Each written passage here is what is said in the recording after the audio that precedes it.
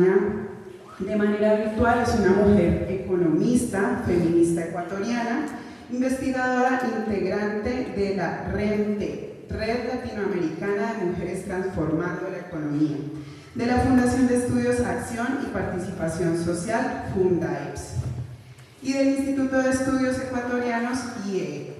Es una de las investigadoras pioneras en el campo de las economías feministas en América Latina.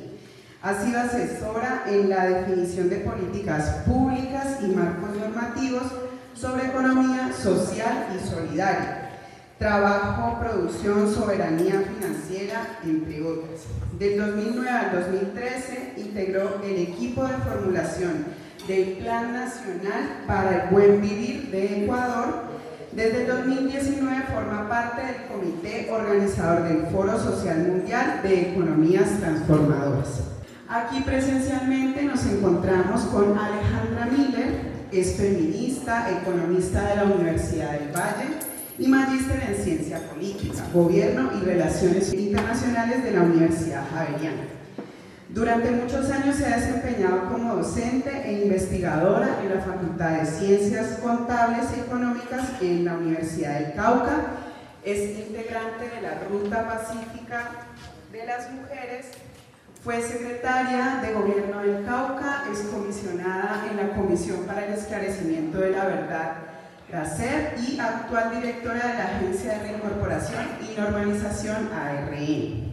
Marcela Amador Ospina, antropóloga feminista de la Universidad Nacional de Colombia, magíster en antropología. Durante 6 años estuvo como directora de la Corporación Ensayos, una ONG feminista, donde actualmente coordina el área de investigación comunitaria y es profesora actualmente en el Departamento de Antropología de la Universidad del Cauca. ¿Cuál es su balance sobre el estado actual de las economías feministas en su país y cuáles son los desafíos que enfrentan?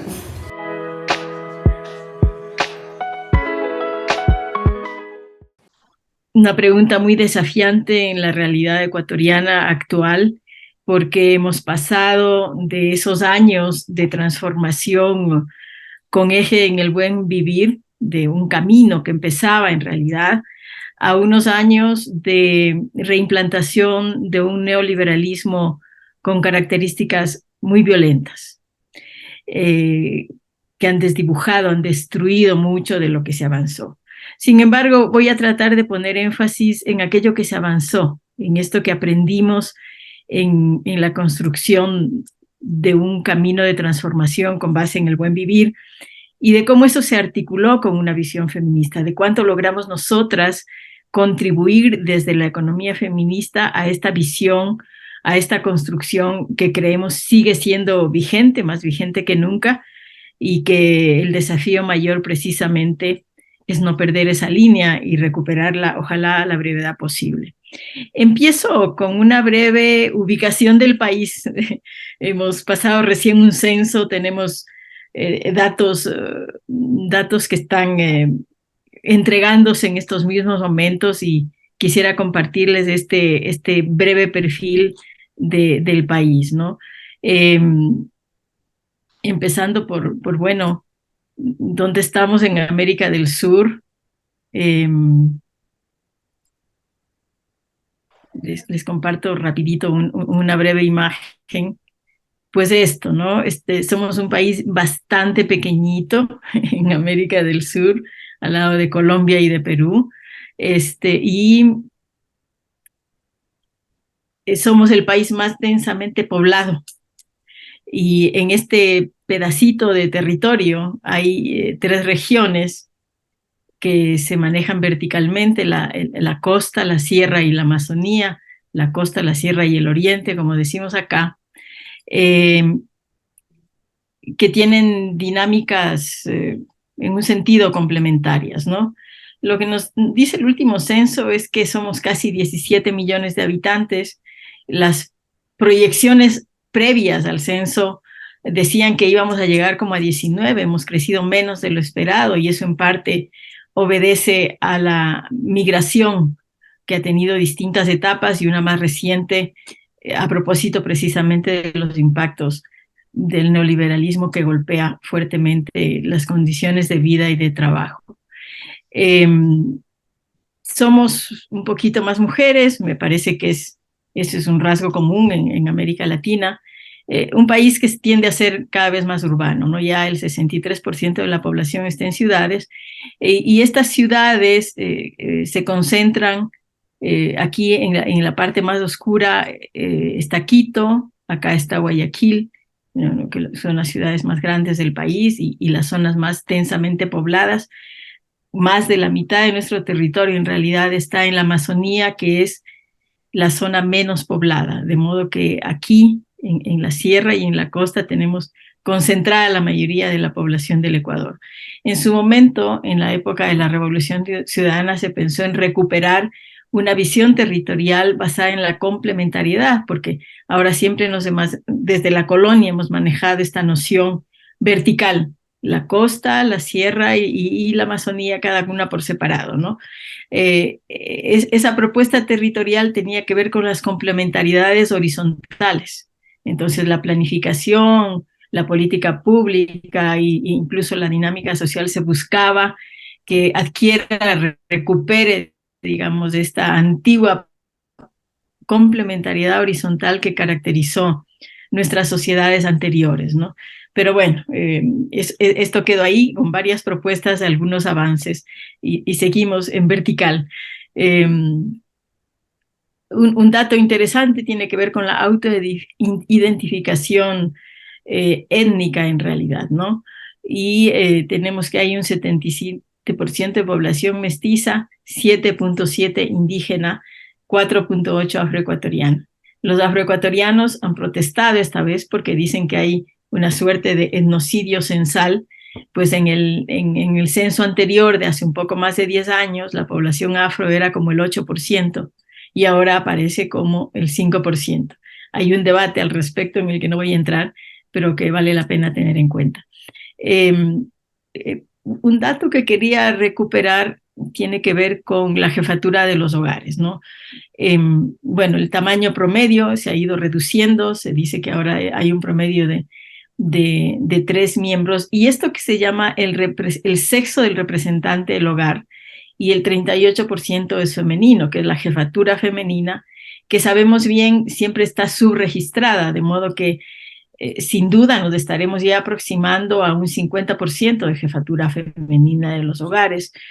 En términos de tenencia de vivienda, vemos que hay más del 60% de vivienda propia. Bueno, esto en términos muy generales para ver de qué estamos hablando, de qué territorio estamos hablando, ¿no? Ahora bien, como les decía, nuestra experiencia como país tiene que ver de modo importante con este periodo en que pudimos plantearnos un horizonte de buen vivir, que está contenido principalmente en sus planteamientos centrales en la Constitución de 2008. Acaba de cumplir 15 años esa Constitución, que sigue todavía vigente, si bien su aplicación obviamente está completamente distorsionada por el predominio de gobiernos neoliberales. Pero, ¿qué nos interesa rescatar de esta Constitución respecto de la economía feminista? Admitiendo que cuando hablamos de economía feminista podemos estar aludiendo, o de economías feministas como propone este seminario, aludimos a cuestiones de economía real, es decir, ¿qué lugar ocupamos las mujeres como actoras económicas en la economía tal y cual existe? ¿Cuáles son las dinámicas que aún en situaciones de desventaja e injusticia estamos impulsando? ¿Qué cosas protagonizamos de la economía? ¿Dónde estamos? ¿No? Esa lectura, esa visión ya de por sí nos habla de economía feminista. Ciertamente es una situación que tiene que cambiar en un sentido, pero que en otro sentido eh, eh, nos interesa visibilizar, recuperar para potenciar como clave de los cambios. Esto les plantearé más adelante cómo visualizamos esto, ¿no? La diversidad económica y la economía desarrollada desde las mujeres como una clave de las transformaciones. Otra dimensión de las economías feministas tiene que ver con sus proposiciones precisamente hacia la política económica, hacia la política pública, y ahí es donde está esta herramienta, este elemento clave que se llama constitución, que es la piedra angular de todo país, donde se define cuáles son esos acuerdos de convivencia y cuáles son las proyecciones de hacia dónde vamos como sociedad, como economía, como países. En el momento en que se produjo este proceso de reformulación de la Constitución, que era un momento refundacional del país, que se dio en esa ola en que varios de nuestros países buscaban una transformación basada en redefiniciones constitucionales, entonces era un momento refundacional, eh, que fue un momento de síntesis de procesos que habían venido caminando en las décadas precedentes a través de resistencias y de planteamiento de alternativas, ¿no? En ese contexto, ya nosotras, las economistas feministas, las organizaciones feministas, planteamos una agenda hacia la constituyente, que no era una visión de los derechos de las mujeres o una visión sectorial sobre las mujeres, sino una visión del país. Cómo desde la mirada feminista proyectamos el país que queremos. Y ese país tenía como centro pues esta formulación de sostenibilidad de la vida, tenía un fuerte énfasis en los cuidados, ya no como una cuestión sectorial, sino como una visión transversal, como una lógica y una ética que es inherente a una economía para el buen vivir. Estuvimos muy en diálogo entonces con estos planteamientos nuevos que sintetizaron pues esos procesos, esas búsquedas, y donde la noción de buen vivir, que venía de varias fuentes, de varios recorridos, de varias trayectorias, fue capaz de conjugar, digamos, todos estos elementos, ¿no? Al poner la vida, el buen vivir, la vida como eje, encontramos nosotras una posibilidad de juntar pues varias de nuestras propuestas anteriores y de darles mucha potencia. ¿Qué planteamos como economía feminista para el buen vivir? Insisto, no se trataba de o derechos o una cuestión sectorial o una cuestión solo referida con el trabajo, sino con una visualización del conjunto de la economía. Y ahí nuestros aportes tuvieron que ver desde con la definición de qué es el sistema económico y cómo se describe ese sistema económico para proponer un planteamiento más integral que sume producción y reproducción. Por ejemplo, solo integrar ese término, ¿no es cierto? El sistema económico se caracteriza por todos los procesos que tienen que ver con la producción y la reproducción de las condiciones materiales e inmateriales y relacionales. Cositas que fuimos integrando en cada uno de esos enunciados y que tenían que ver con la visión feminista integral de la economía, ¿no es cierto? Porque claro, hasta antes teníamos una definición acotada a lo que se entiende como producción, acotada al mercado, la economía bastante asimilada a la economía de mercado y no a las otras formas económicas. Asimismo, nos planteamos reconocer y visualizar distintas formas de trabajo, no solo el trabajo en relación de dependencia y el resto de formas bajo la denominación peyorativa de informalidad. No, reconocimos varias formas de trabajo, todas con el mismo nivel de importancia, de equivalencia y de derechos. Y ahí, por ejemplo, ya logramos introducir el trabajo de cuidados como un trabajo productivo, ¿no? Reconocimos también distintas formas de organizar la producción. Nuevamente, no es solamente la forma empresarial que cambia de escala y es la pequeña, mediana o gran empresa, sino distintas modalidades, ¿no? La empresarial capitalista es una, pero tenemos también las formas cooperativas, las formas comunitarias, tenemos también a los hogares como unidades económicas.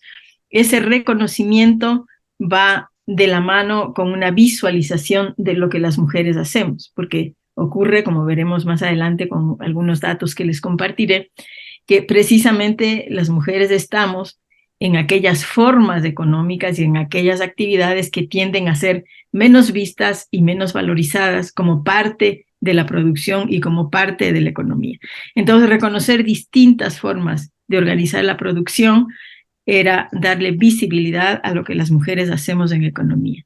Asimismo, distintas formas de propiedad. No solo la propiedad privada, sino también la propiedad pública, la propiedad comunitaria, distintas formas de propiedad que asimismo abren puertas para políticas de redistribución y de igualdad.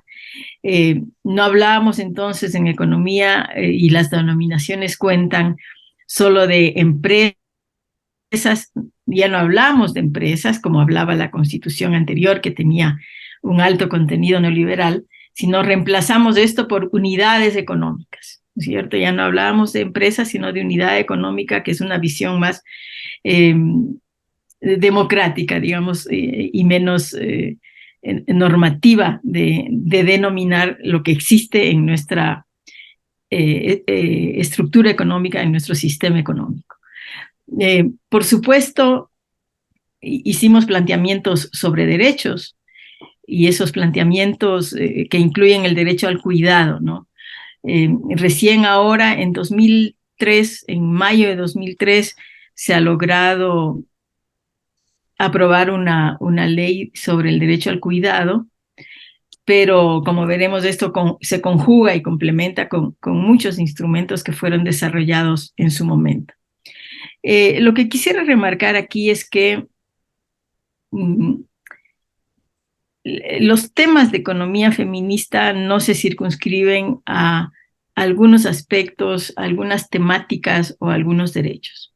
La economía feminista hace una interpretación de toda la economía, de todo el sistema económico, y asimismo propone un camino de transformación y un horizonte de transformación que tiene como eje la reproducción ampliada de la vida. Y eso no solo por una cuestión de enfoque o de visión, sino porque esto refleja una práctica de las mujeres que hemos protagonizado de distintas maneras dinámicas económicas que ahora, a propósito de la pandemia, se denominaron como trabajos esenciales o áreas esenciales, ¿no? O sea, aquellas que se relacionan con la satisfacción de las necesidades básicas, aquellas que se relacionan con la atención de los múltiples cuidados que requerimos los seres humanos en tanto seres dependientes e interdependientes, aquellas actividades que se orientan también a cuidar la naturaleza, porque como hemos podido constatar, la naturaleza no tiene procesos que se regeneran solos, sino que se dan en interacción con los seres humanos, con distintas culturas. Se ha comprobado, por ejemplo, que la mayor diversidad, la mayor biodiversidad tiene una directa relación con la mayor diversidad cultural. Es decir, hay una co-construcción entre los seres humanos y la naturaleza y asimismo estas dinámicas destructoras como las que ahora mismo lamentamos. Entonces, desde esta perspectiva amplia de economías feministas que aluden a la realidad, que aluden a la propuesta, que aluden a la transformación, miremos rápidamente esta realidad de las mujeres en la economía. Y yo empiezo planteando el momento actual y sus impactos. Mm, A ver, perdón, un momento que tengo que compartir una información. No sé si se está mirando. Sí, compañera, te vemos. Vemos la pantalla compartida, pero si cuando hablas puedes dejar de compartir pantalla para que te veamos, te lo agradeceríamos mucho. Ah, perfecto. No me había percatado de eso. Disculpas. No, decía, en estas dos gráficas que tienen que ver con el índice de desarrollo humano y con el índice de desigualdad de género, se puede ver cómo tendencialmente cuando hay políticas, No, pero se está viendo el mapa. Hola, compañera, perdón, se está viendo el mapa. no, no, perdón un momento, ahora voy a cambiar. Me quedé en el mapa todo el tiempo, discúlpenme. Todo bien.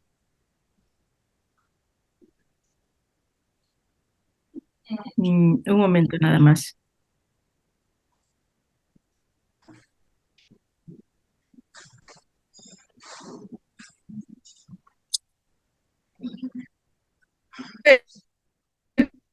Ahora estos gráficos. Ahora Sí, sí se sí ve. se ve. Ya, bueno, les decía que estas tendencias del índice de desarrollo humano y, y el índice de desigualdad de género nos dejan ver cómo en periodos de transformación, eh, digamos, el desarrollo humano avanza y cómo rápidamente, cuando reingresa el neoliberalismo, se revierte esa tendencia y empieza a caer de manera acelerada.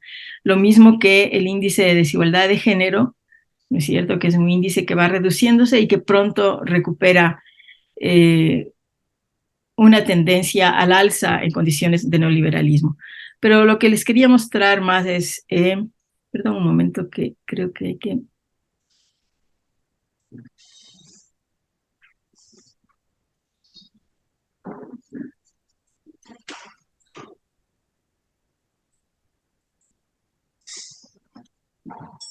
Bueno, no sé si alcanzan a ver estos datos, eh, donde se puede ver el empleo por rama de actividad y están las áreas feminizadas que ya conocemos, ¿no es cierto? Educación, salud, comercio, servicios. Ahí estamos las mujeres. Varias de estas actividades tienen que ver precisamente con esas actividades esenciales, esos trabajos esenciales, y este es un perfil bastante similar en nuestros países de América del Sur. En el área de agricultura, ganadería, silvicultura y pesca, hay una concentración importante de mujeres, si bien no es un área feminizada, es fundamental en la producción de alimentos. Como bien sabemos, bajo modalidades de agricultura familiar y agricultura comunitaria, que son las que garantizan la provisión de alimentos en nuestros países. Por otro lado, en cuanto a las condiciones de empleo, sabemos bien que el empleo adecuado para las mujeres siempre va a ser inferior y en cambio el subempleo y el empleo no remunerado es el más representativo, estamos casi en el 70% de esta categoría de empleo, ¿no? Eh,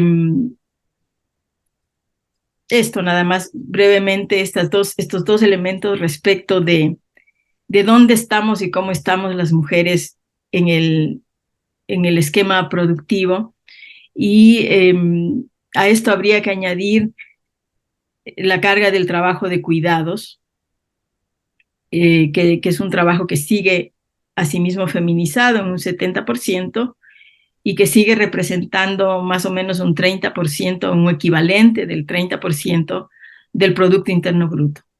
Ese es el valor del aporte del trabajo de cuidados, que en su momento se planteó digamos, una resignificación económica del trabajo de cuidados en el marco de la perspectiva del buen vivir. Es un trabajo que se hizo visible, es un trabajo frente al cual se desarrollaron varias políticas, se generaron incluso instituciones, y se generó una noción de retribución a esa forma de trabajo. No un salario para el trabajo doméstico, pero sí una retribución que tenía que darse por varias vías, sea por la vía del bono de desarrollo humano, que es un bono, es una transferencia condicionada que va principalmente hacia las mujeres y que ya no se entregaba como un subsidio, sino como un reconocimiento parcial al trabajo de cuidados. Asimismo, se generó la posibilidad de una afiliación al sistema de seguridad social, que es un sistema contributivo, pero en este caso, integrar al sistema contributivo una modalidad no contributiva, redistributiva de afiliación de las amas de casa. Este tipo de medidas, este tipo de herramientas buscaba precisamente darle otro tratamiento al trabajo de cuidados, ya ahora sí en pie de igualdad, digamos, con otras formas de trabajo, y que también se combinara con una serie de medidas y políticas que tenían por detrás una noción de cuidados, una noción, si se quiere, ampliada de cuidados. Entonces, las políticas de educación, las políticas de salud, las políticas de cuidado a los niños y a las poblaciones adultas, eran políticas que pasaron a integrarse, a combinarse en sistemas, ¿no? Y ahí esta noción de sistema es fundamental porque no estamos hablando solo de un sistema de políticas o instituciones sociales, sino de sistemas que van integrando lo social y lo económico, que ese es uno de los desafíos de la economía feminista. Dejar de ver las cuestiones a las que estamos vinculadas, las cuestiones que tienen que ver con el cuidado y la sostenibilidad de la vida, como cuestiones meramente sociales y verlas en su verdadera complejidad económica y social. Entonces, esto requiere otro tipo de política y acá se dieron pasos en esa dirección.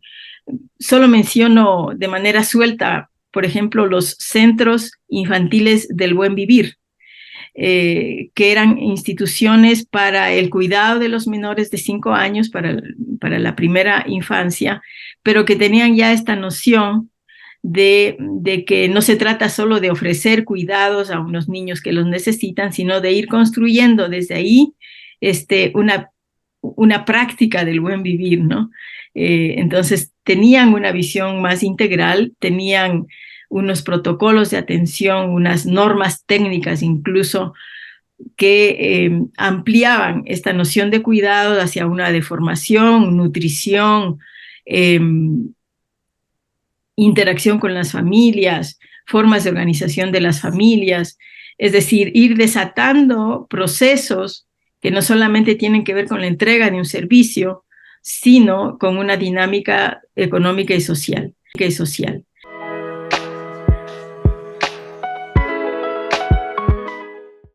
Muy buenos días para todas. Muchísimas gracias a la Corporación Ensayos, a IGOA, al Instituto de Estudios Interculturales de la Javeriana por esta invitación a reflexionar sobre un tema que me encanta y sobre el que le decía Marcela hace un rato, llevo algunos años sin meterme de nuevo a fondo, así que ha sido muy bonito poder otra vez como profundizar en estos temas. Bueno, lo primero que yo quisiera comentar es alrededor de la economía feminista, como me sumo a lo que dijo Magdalena antes, y un poco la economía feminista también está para sumar a esto que hemos llamado el buen vivir, ¿sí? Desde distintas teorías y prácticas, pero también sin duda está para develar muchas cosas. Esta economía feminista tiene además, creo yo, dos dimensiones, y me parece que las feministas marxistas lo pusieron muy claramente también como un aporte a este análisis de la economía feminista, y es que lo primero es mostrar cómo el trabajo de la producción y la reproducción de la sociedad implica el cuidado y la formación de lo que ellos llamaron la fuerza de trabajo. Es decir, esta sociedad que vive en este modelo económico, en el mercado, no podría sobrevivir, ¿sí? O sea, este mercado no podría sobrevivir sin el cuidado y sin la formación que se hace en las familias de esa futura fuerza de trabajo, ¿sí? Y actual. O sea, cuando las mujeres cuidamos a los niños, a las niñas, cuando las mujeres cuidamos a los maridos, ¿no?, a las personas que tienen alguna circunstancia de necesidad de cuidado, pues no solamente lo hacemos desde el lugar, ¿cierto?, de lo que esta sociedad nos enseñó, aprendimos, muchas veces mediado, por supuesto, por el cariño, el afecto, el amor, etcétera, sino también porque contribuimos a la reproducción también de la fuerza laboral que este mercado necesita. Entonces, no es solamente, y por eso también el reconocimiento de esa labor del cuidado es tan importante, el reconocimiento de que esa tarea que desempeñan fundamentalmente las mujeres en el cuidado contribuye al 20% en Colombia del Producto Interno Bruto, del PIB. Es decir, el Producto Interno Bruto es todo lo que produce un país en un año, ¿cierto? Eso se contabiliza y nunca se contabilizan estas tareas de ese trabajo no remunerado que es el cuidado.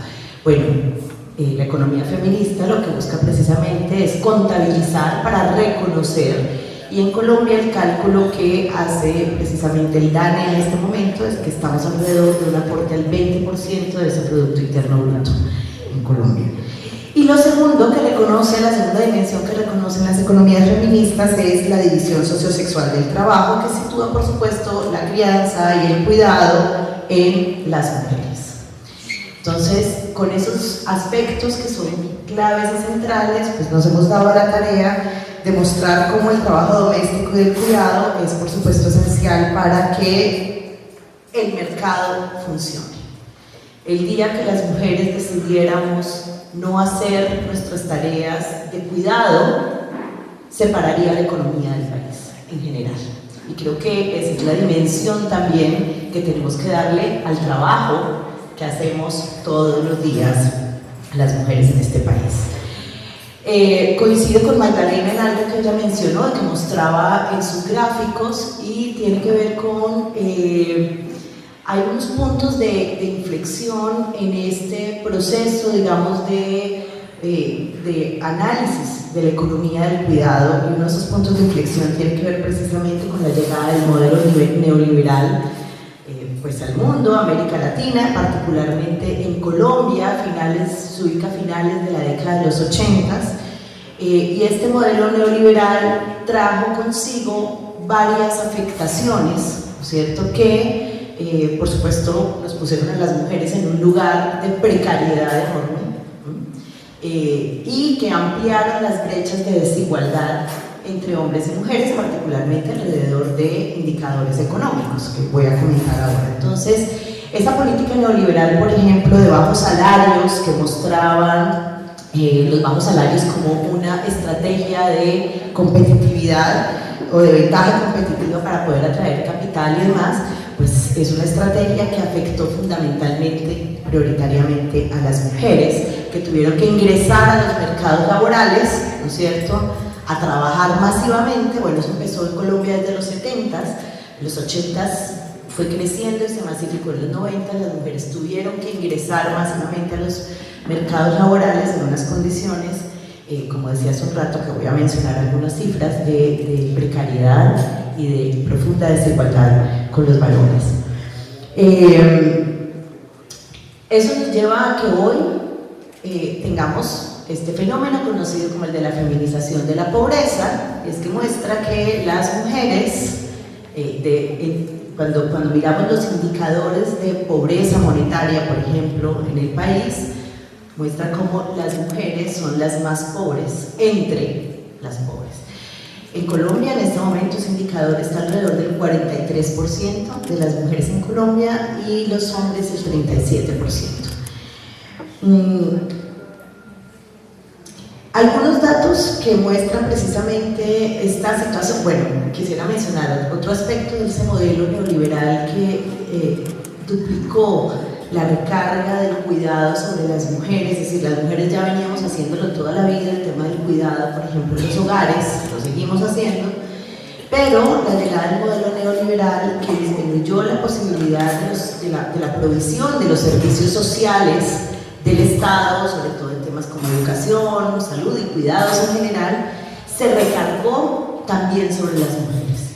Y ahora las mujeres no solamente tenían que ejercer esas labores del cuidado en el escenario privado, sino también en el escenario de lo público. Entonces ustedes recordarán que aparecieron, bueno, el ejemplo de las madres comunitarias es uno de los ejemplos que apunta de la lucha que han dado durante estos 30 años, han logrado que se les equipare por lo menos como trabajadoras, ¿no es cierto?, con mínimas condiciones, salario mínimo, etcétera, pero hace 20 años no era así. Una madre comunitaria que ejercía el cuidado colectivo de lo que debería proveer el Estado a través de guarderías, etcétera, con todas las condiciones, pues estas madres comunitarias lo hacían por la mitad de un salario mínimo, etcétera. Eso es lo que ha venido cambiando, pero muy recientemente. Y ese, digamos, fue parte de, poner solamente un ejemplo de este modelo, pero pasó también en la salud. Si ustedes recuerdan y hablen con sus abuelas o con sus mamás, cuando a alguien le hacían una cirugía hace 30 años, entonces se quedaba 3, 4, 5 días en el hospital esperando la recuperación, etcétera, y después lo mandaban para la casa. Hoy, al otro día, lo mandan para la casa, y ese cuidado que se ejerce en la casa lo asumen fundamentalmente las mujeres, exactamente. Entonces, claro, esa falta de provisión de servicios públicos, también derivada del modelo económico, pues, digamos, hizo que las mujeres tuvieran esta enorme recarga. En términos de algunos datos que muestran estas brechas de desigualdad en Colombia, pues tenemos, voy a mencionar algunos, la tasa global de participación, que muestra básicamente cuál es la fuerza de trabajo que está en el mercado, es decir, quiénes son los que tienen la disponibilidad para trabajar en el mercado. En Colombia, la tasa global de participación de las mujeres es del 51% y de los hombres es del 76%. ¿Qué quiere decir eso? Que por cada 100 hombres en la fuerza de trabajo hay 73 mujeres. Entonces ahí tenemos una brecha de desigualdad importante. Y lo mismo sucede con la tasa de desempleo. La tasa de desempleo lo que me muestra es, estos son datos de la encuesta DANE del 2022. La tasa de desempleo en Colombia, la tasa de desempleo lo que muestra es cuántas mujeres que están dispuestas a trabajar, es decir, que están buscando trabajo activamente.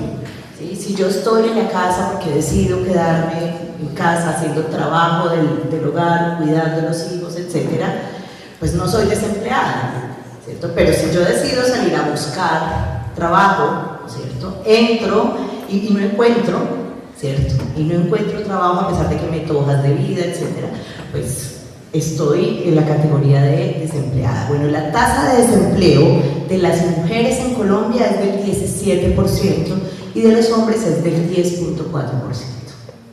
Es decir, cuando las mujeres decidimos salir a buscar trabajo, tenemos por supuesto muchas más barreras para poder ingresar al mercado laboral, para poder obtener un trabajo en condiciones de dignidad. Entonces, la tasa de desempleo de las mujeres en Colombia es estructuralmente más alta, 7, 6, 8 puntos porcentuales, dependiendo del momento en el que esté la economía, más alta que la de los hombres.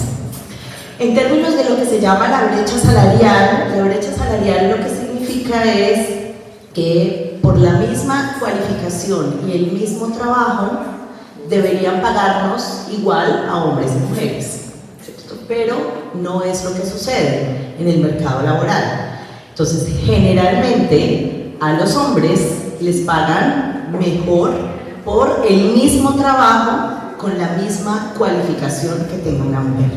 Eso es lo que llamamos la brecha salarial, esa diferencia que hay entre los salarios que se le pagan a las mujeres y a los hombres por los mismos trabajos con la misma cualificación. Esa brecha salarial en Colombia, hay que decir, ha venido disminuyendo paulatinamente en los últimos años. En el 2013 teníamos una brecha salarial del 18%, es decir, que las mujeres ganábamos 18% menos que los hombres por hacer los mismos trabajos. Esa brecha ha venido disminuyendo, en el 2018 bajó al 13% y actualmente está en el 11%. Esa es una buena noticia, pero todavía sigue siendo un enorme reto en términos de igualdad. En términos de la segregación del mercado laboral, que es otro de los indicadores que nos muestra cuáles son esas barreras que tenemos las mujeres, pues hay que decir que esta segregación del mercado está asociada básicamente a que las mujeres, no solamente en términos de la formación y la cualificación, sino cómo el mercado absorbe la fuerza laboral femenina específicamente para unos sectores, ¿sí? Ahí es donde se ve la segregación. ¿Cuáles son esos sectores? Generalmente las mujeres, el mercado las absorbe más para sectores como el comercio y como el cuidado precisamente. Pero aquellos sectores en donde hay componentes asociados más a las transformaciones tecnológicas, etcétera, absorbe fundamentalmente a los hombres. Entonces todavía, aunque eso también ha venido disminuyendo, todavía existe una gran segregación del mercado laboral. Por eso muchas veces las ofertas que se hacen a las mujeres en términos laborales están vinculadas o asociadas generalmente a la extensión del rol doméstico de las mujeres en el mercado laboral. Y yo voy a dar aquí ejemplos, lo vivimos todo el tiempo, lo vivimos todo el tiempo con los procesos organizativos de las mujeres y sus proyectos productivos, o en el caso ahora del proceso de reincorporación de las mujeres firmantes del Acuerdo de Paz. Y es que en el marco, por ejemplo, de lo que se conocen como los proyectos productivos, ¿sí? La oferta para las mujeres siempre está asociada a esta extensión del rol doméstico. Entonces, ¿qué es lo que le ofrecemos a las mujeres?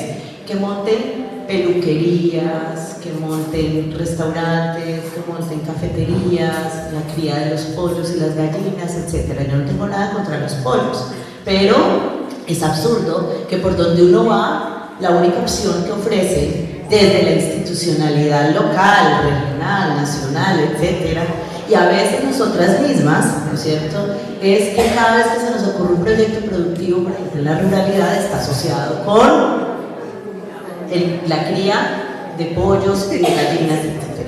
Y no es que eso sea malo, sino que cuando se convierte en un casi que imperativo para las mujeres, eso es lo que hay para ustedes, y que generalmente son proyectos que tienen muy pocas capacidades tecnológicas, transformaciones de valor agregado, etc.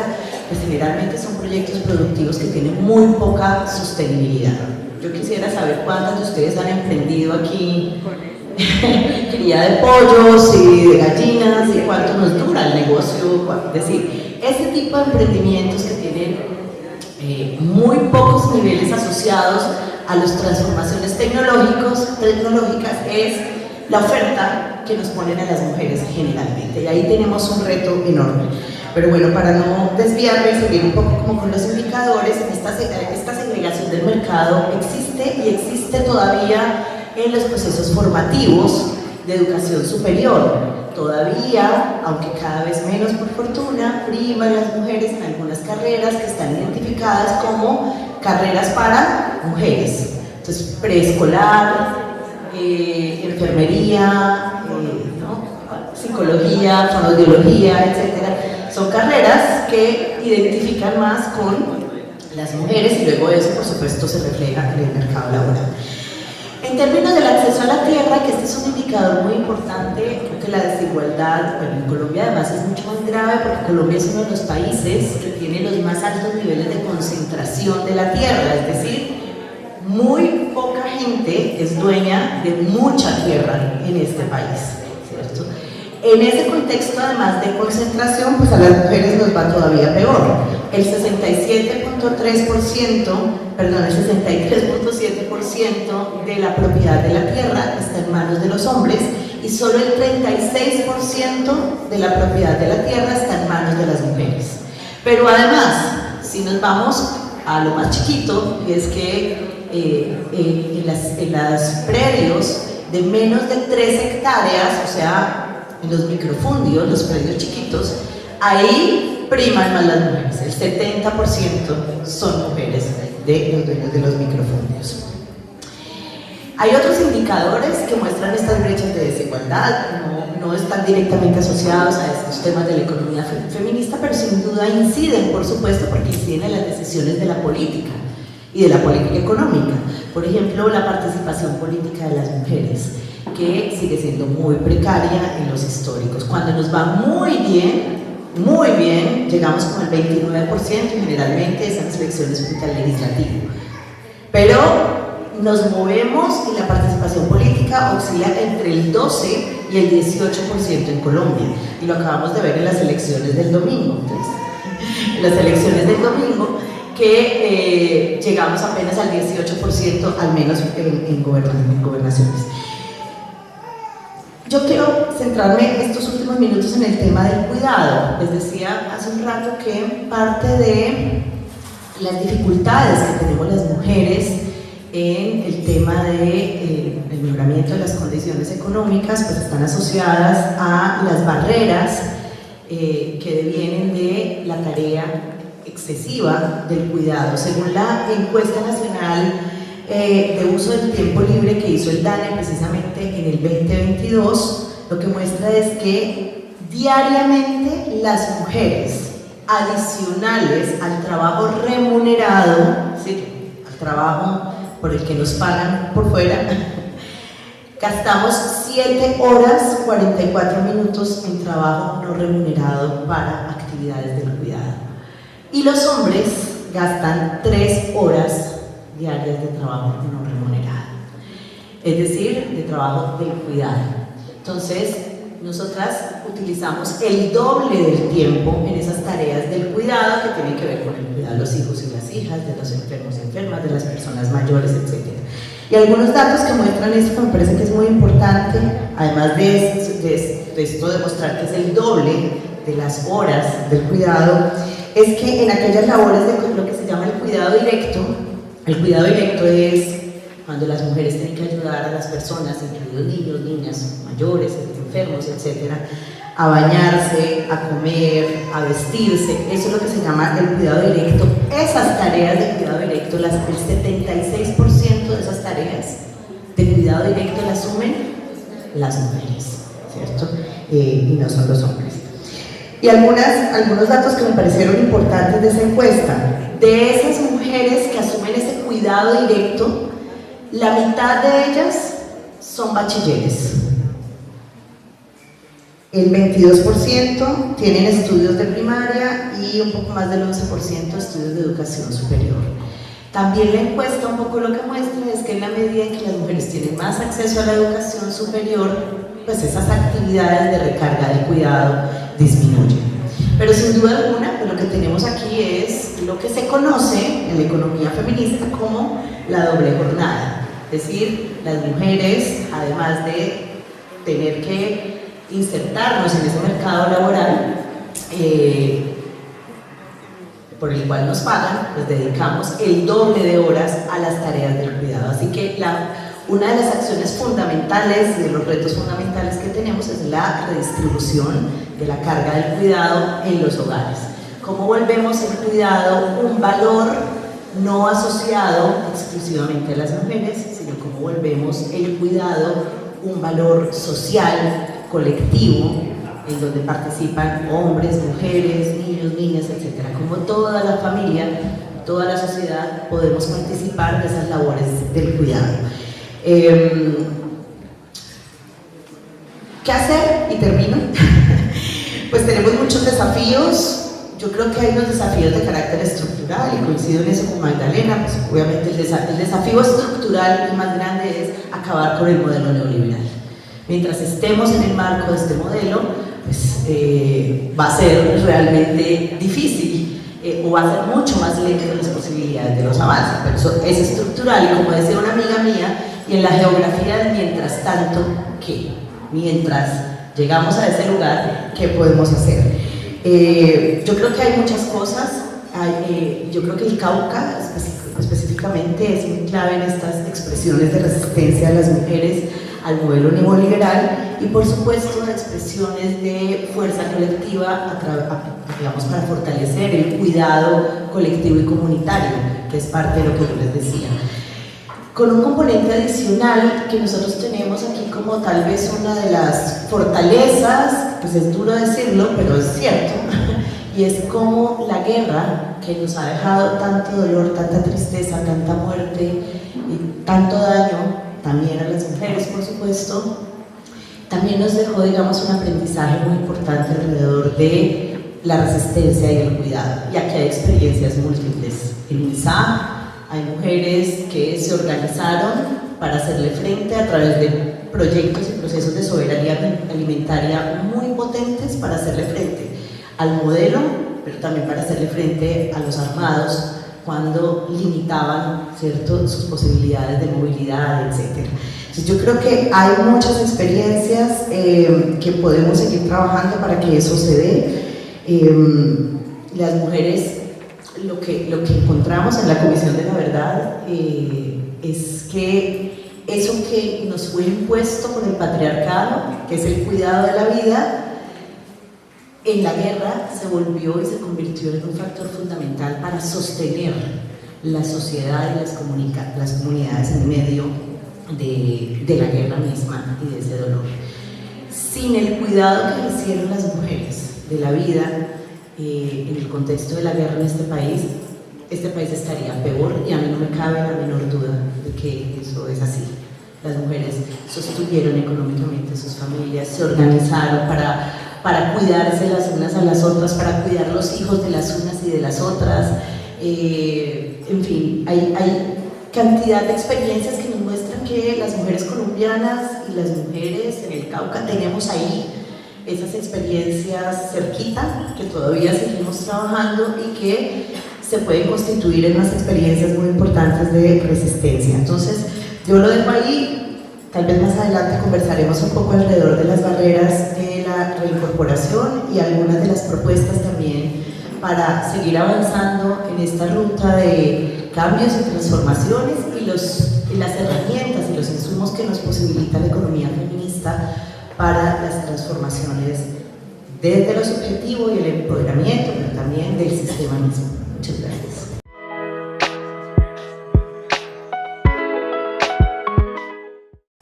Muchas gracias, buenos días. Mi nombre es Marcela Amador Ospina, hago parte del equipo de la Corporación Ensayos y bueno, agradecerles tanto a Alejandra como a Magdalena que me antecedieron pues por aceptar la invitación para participar en este seminario. Creo que también es un espacio inédito en el norte del Cauca tener esta posibilidad para dialogar sobre esta apuesta de las economías feministas desde una perspectiva de feminismos territoriales, interétnicos e interculturales. Creo que acá también tenemos una apuesta en realidad de interpelar formas de construcción hegemónica de los feminismos y de contextualizar y aterrizar lo que significan las experiencias social y culturalmente situadas en los territorios NASA del norte del Cauca, en los territorios de las comunidades negras, de las comunidades campesinas y también de las mujeres y las apuestas que tienen las mujeres firmantes del Acuerdo de Paz. Entonces, pues es un placer para mí participar en este espacio y compartir con ustedes lo que ha sido para nosotras pues un itinerario de investigación comunitaria y de acción política alrededor de lo que hemos llamado pues, las economías para la vida, que son economías impulsadas principalmente por las mujeres indígenas, por las mujeres negras, mujeres campesinas y mujeres firmantes del Acuerdo de Paz en el norte del Cauca. Esta experiencia nos ha ayudado a dimensionar lo que significa realmente esta apuesta por la construcción de economías para la vida como una estrategia de paz, de convivencia y de reconciliación. Y ahí es donde encontramos el vínculo. No estamos hablando de economías de manera aislada, sino de una propuesta de economías feministas desde los territorios, desde perspectivas interétnicas e interculturales que nos ayuden y que sean un motor y un incentivo principal para la construcción de paz. Digamos que ese es el vínculo que encontramos entre economías feministas y la necesidad de transitar hacia eso para construir también condiciones necesarias para la construcción de paz. Y hemos podido ver a través de este diálogo interétnico, intercultural y de compartir también visiones sobre la guerra, pero también visiones sobre cómo nos imaginamos una posible paz que atienda a nuestras necesidades, a nuestros intereses, a nuestras perspectivas y expectativas, pues nos ha ayudado también a reconstruir tejido social. Esta estrategia de trabajo colectivo entre mujeres NASA, mujeres negras, mujeres campesinas y compañeras firmantes del Acuerdo de Paz alrededor de este sueño de las economías feministas se ha convertido en un motor para la reconstrucción del tejido social y para la reconciliación. Y esto era el primer mensaje que quería señalar acá en mi intervención. Quisiera empezar también diciendo que este itinerario de investigación pues, al que me estoy refiriendo ha sido en realidad un esfuerzo colectivo de diferentes personas y de diferentes organizaciones que nos hemos juntado para situar también de manera contextualizada, de manera situada desde este lugar en el que estamos, que es el norte del Cauca, que no es cualquier otro lugar, que es, hacemos parte de lo que se ha llamado ese sur global y que desde aquí estamos también en una apuesta de construcción de conocimiento y de política transformadora, para pensar cómo poner la vida en el centro y cómo garantizar esa sostenibilidad de la vida desde esta apuesta de feminismos interétnicos, territoriales e interculturales. Y me sitúo acá en realidad como una especie de pequeño parlante para amplificar las voces de muchas mujeres con las que hemos trabajado colectivamente. Lo que me interesa señalar acá es que no son mis ideas acá las que estoy presentando, son ideas de un esfuerzo, de un trabajo en colaboración que venimos construyendo desde hace varios años con muchas de las compañeras que hoy están acá también presentes. Ha sido como un camino de sueños compartidos, de aciertos, de desaciertos, de preguntas y de acciones también movilizadoras alrededor de lo que significa para nosotras la transformación social y cómo las economías podrían ayudarnos desde esta perspectiva de los feminismos en su variada dimensión transitar hacia esta acción de transformación.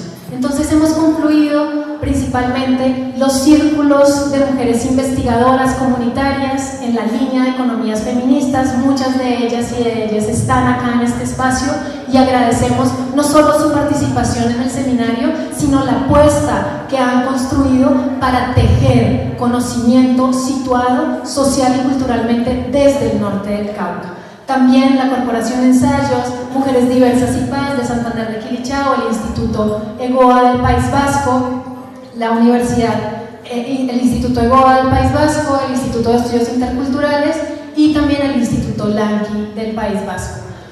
Como saben y como lo sabemos acá por las experiencias que tenemos, porque vivimos en estos territorios, pues el norte del Cauca ha sido una región también históricamente afectada por el conflicto armado. Tenemos altísimos niveles de pobreza, de inequidad, conflictos sociales, conflictos territoriales y, como decía Aleja ahorita, altísimos niveles de concentración de la tierra. El dato también que nos daba Aleja en relación con la propiedad de la tierra, el 67% de la propiedad de la tierra en manos de los hombres frente a un 36% en manos de las mujeres, también nos está hablando de cómo están configuradas las relaciones sociales y políticas y económicas en relación con este tema de la tierra. Sabemos que estamos totalmente rodeadas de cultivos de caña. Este es el paisaje que nos acompaña también, que nos recubre y que al mismo tiempo pues, es el que moviliza y genera toda la situación de conflictividad social, económica y política y territorial que tenemos en el norte del Cauca. Estamos también, digamos, articuladas a una economía que hemos llamado economías ilegalizadas de coca y marihuana, que también no podemos de vista porque hacen parte del escenario para pensar cómo deberían ser nuestras propuestas y nuestra apuesta de economías feministas. No es la economía de la coca y marihuana, son las economías, es ese tipo de economía la que sostiene la vida actualmente acá en el norte del Cauca. Entonces, ¿qué podemos hacer para poder equiparar también esos réditos económicos que generan estas economías, que son las que constriñen todas las situaciones que vivimos diariamente en el norte del Cauca? Digamos que si bien por temas de tiempo pues no puedo detenerme a detallar con profundidad todas esas transformaciones históricas que han tenido las dinámicas del conflicto armado en el norte del Cauca, sí me interesa señalar un punto clave también en relación con la forma en la que se entretejen economías feministas y construcción de paz. Y es el hecho de que a raíz de la no implementación del acuerdo de paz suscrito entre el Estado colombiano y las FARC durante el gobierno de Iván Duque, pues el conflicto armado se ha profundizado en la región, se ha diversificado también esa conflictividad armada, se han diversificado los actores armados, se han transformado también los intereses en disputa, y eso ha exacerbado también diferentes formas de violencias que vivimos las mujeres y las personas LGBTIQ+ en el norte del Cauca. Y esta situación pues ha provocado lo que vivimos diariamente: sistematicidad en el asesinato de la gente, desplazamientos, confinamientos, aumento también de los cultivos de coca y marihuana en la región, profundización en la conflictividad alrededor de las redes de narcotráfico y el incremento también de actividades mineroenergéticas en diferentes territorios del norte del Cauca. Por esto, digamos, para nosotras pensar la vida como una potencia transformadora para transitar hacia eso que hemos llamado la justicia económica, la justicia de género, la justicia ambiental y la justicia étnico-racial pasa por comprender esta relación entre las economías para la vida y la construcción de paz. Y ahí, tanto las mujeres NASA como las mujeres negras, las mujeres campesinas y las compañeras firmantes del acuerdo de paz con FARC, tanto de los ámbitos rurales como de los ámbitos urbanos, pues seguimos insistiendo en que esa construcción de paz pasa por generar condiciones para vivir una vida pues que valga la pena ser vivida, con igualdad de género y recuperando y fortaleciendo formas económicas propias, indígenas, campesinas, afro, que priorizan también los principios y valores de lo comunitario, de lo social, de lo colectivo, de lo asociativo. Como señalaba antes, digamos, en este itinerario, transitar este camino para pensar y recorrer lo que significa esta apuesta por la construcción de economías feministas en el norte del Cauca, pues digamos que no fue una idea que se nos ocurrió a nosotras, sino que al contrario, nació más o menos desde el 2017-2018 en el marco de un proceso de formación que llevamos acá en articulación entre la Fundación Empoderarte, la Corporación Ensayos, Mujeres Diversas y Paz de Santander de Quilichao y la Defensora Comunitaria para el Norte del Cauca de la Defensoría del Pueblo. Ese espacio se llamaba Mujeres Hilando Territorios, y en esta escuela muchas de ustedes están asintiendo con la cabeza y eso me da mucha alegría porque en realidad varias compañeras estuvieron en ese espacio de formación.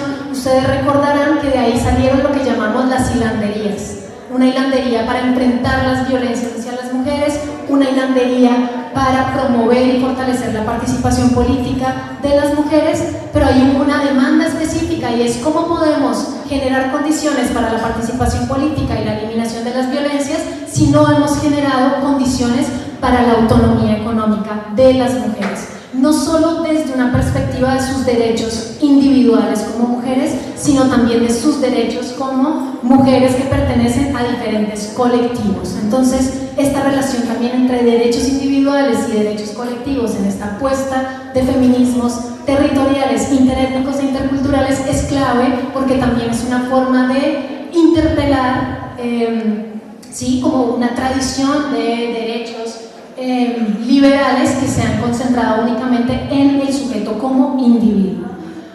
Digamos que avanzando en este propósito de conocer ese estado de las economías de las mujeres en el norte del Cauca, ahí con esa hilandería económica nos empezamos a dar cuenta, construimos como una especie de acción política. Y ahí nos dimos cuenta que había un gran vacío de conocimiento, tanto cualitativo como cuantitativo, sobre este tema. Y por eso, digamos que impulsamos la creación de este círculo de investigadoras comunitarias en la línea de economías feministas y logramos hacer, pues digamos, y ese es un esfuerzo que venimos realizando, un como primer paneo general sobre cómo están las economías de las mujeres hoy en el norte del Cauca.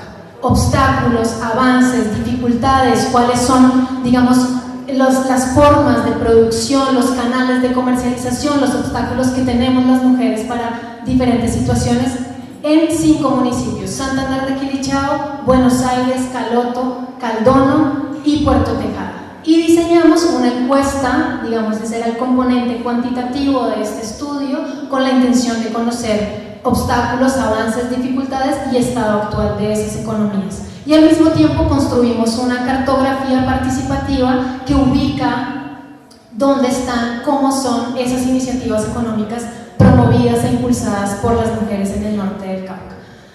Adicional a eso, hemos logrado acompañar y movilizar la dinámica de construcción de propuestas en los PEDET. Y ustedes saben que ese ha sido un trabajo fuerte que muchas de ustedes acá en el espacio han liderado, porque no ha sido fácil posicionar las propuestas de las mujeres desde una perspectiva de género y feminista en los planes de desarrollo con enfoque territorial PEDET, que hacen parte, digamos, del instrumento contemplado en el Acuerdo de Paz, particularmente en el punto 1 relacionado con reforma rural integral.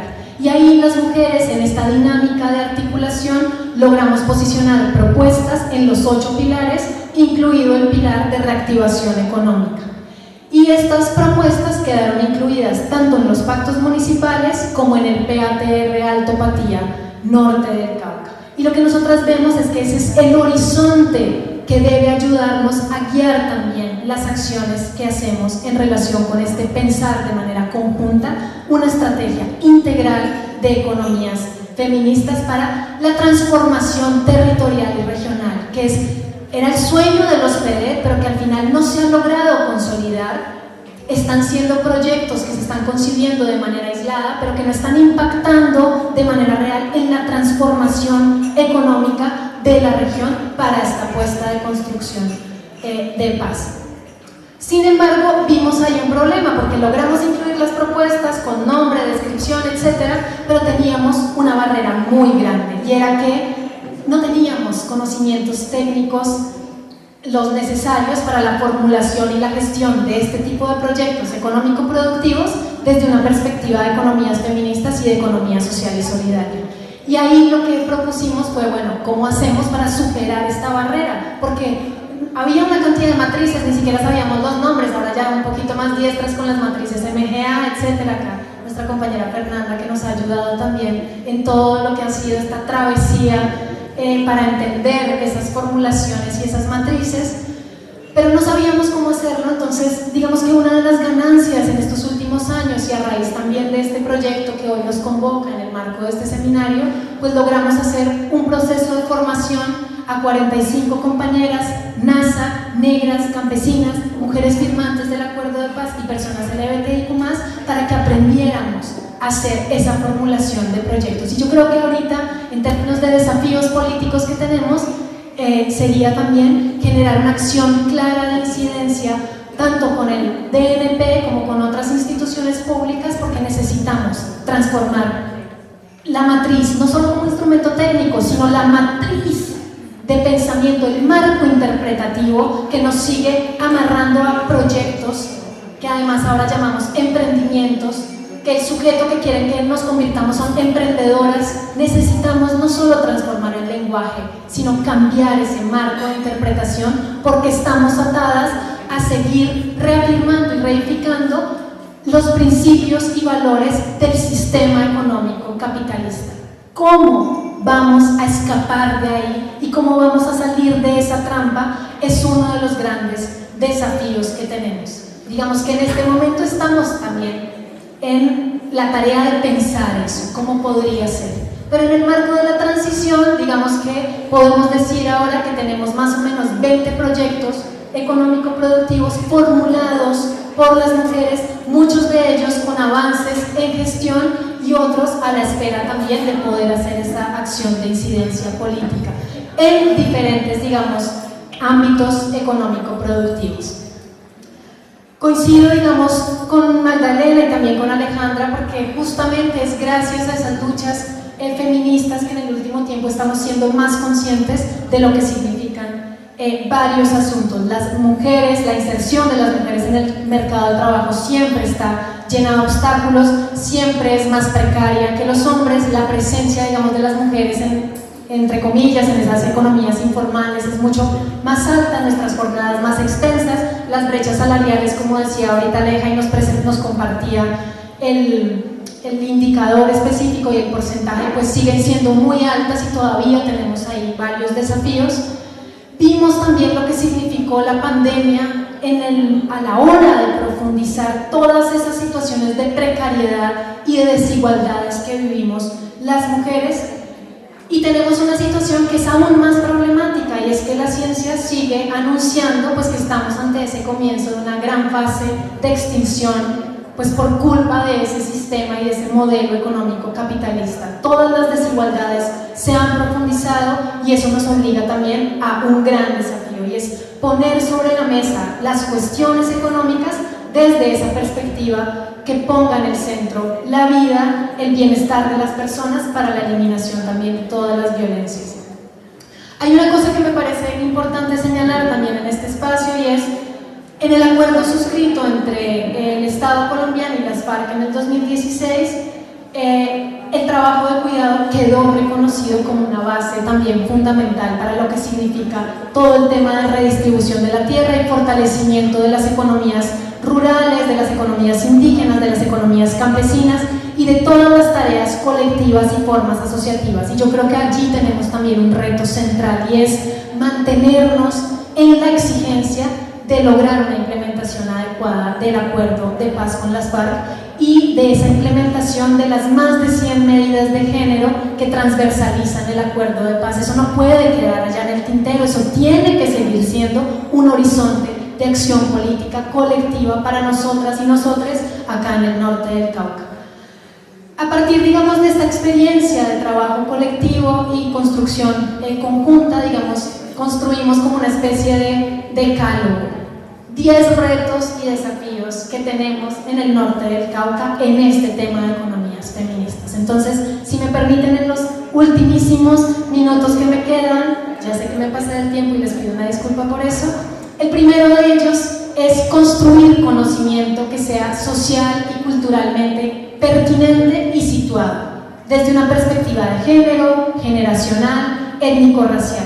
Tenemos que profundizar el ejercicio de hacer investigaciones comunitarias, historias de vida económica de las mujeres indígenas, de las mujeres negras, de las mujeres campesinas, firmantes del acuerdo de paz, conocer con profundidad histórica y desde una perspectiva también histórica y etnográfica cómo son los sistemas económicos propios indígenas, campesinas, afro, cómo están también las condiciones actuales en relación con la propiedad de la tierra desde una perspectiva de género. Bueno, un sinnúmero de campos de investigación en los que todavía necesitamos profundizar para construir ese conocimiento social y culturalmente situado, porque pensar, y este es el segundo reto y desafío, pensar de manera compleja e integral una propuesta interétnica e intercultural de economías transformadoras del territorio para la vida y para la paz desde este enfoque de feminismos territoriales, interétnicos e interculturales.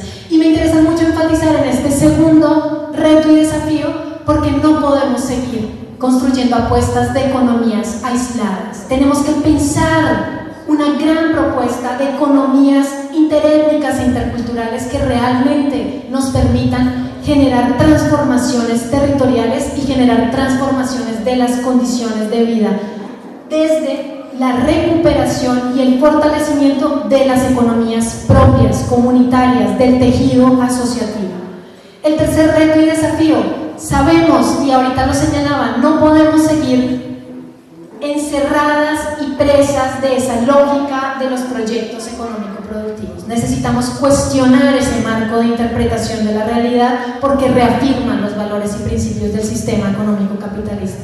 Y necesitamos, siguiendo también con una propuesta que hace Magdalena León, pues cuestionar y dejar de seguir repitiendo y reafirmando eso que ya convertimos como en un sentido común compartido, el empoderamiento económico, salir de la trampa también de los grandes negocios, de la empresa como modelo, del emprendimiento como horizonte y también de esa figura de emprendedora como sujeto.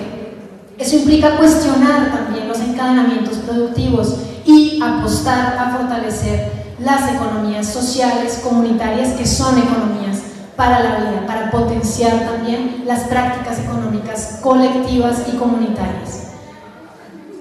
Y esto me lleva al cuarto desafío: construir una estrategia de incidencia para cuestionar el modelo de desarrollo impulsado por el Estado, por las agencias de cooperación internacional, el diseño mismo de los formularios y de esas matrices MGA que imponen las instituciones públicas a la hora de ponernos a competir en desigualdad de condiciones por ya muy escasos, además, recursos y dineros de financiación pública para el apoyo a nuestras iniciativas económico-productivas.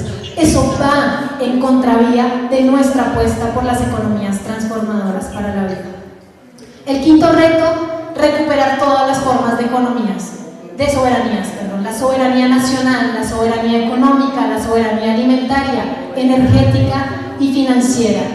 Fortalecer el sentido de lo público y los roles económicos del Estado. Ahorita Aleja en su presentación se refería a los impactos del neoliberalismo en esa retracción del Estado a la hora de garantizar derechos sociales como la educación, la salud, la alimentación, y eso ha recargado a las mujeres de más trabajo. Entonces necesitamos volver a reforzar y fortalecer el sentido de lo público.